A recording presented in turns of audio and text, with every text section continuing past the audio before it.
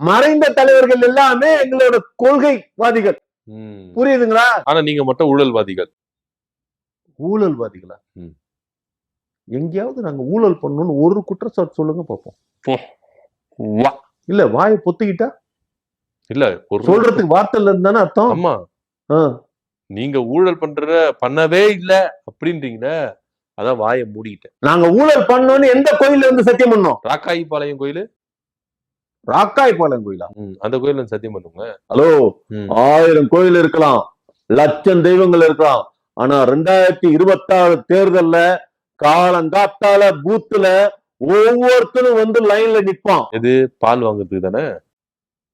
பால் வாங்குறதுக்கா? பால் பூத்துல போய் காலையில நின்று லைன்ல நின்று தான் சார் பால் வாங்கிட்டு வர முடியும். எது பால் பூத்தா? ஹலோ, 2026 தேர்தல்ல நாங்க ஜெயிச்ச தலைவர்களுக்கு நாங்க பால் ஊத்துவோம். அப்படி எங்க வீட்டுக்கு வந்து 2 லிட்டர் ஊத்திருங்க சார்.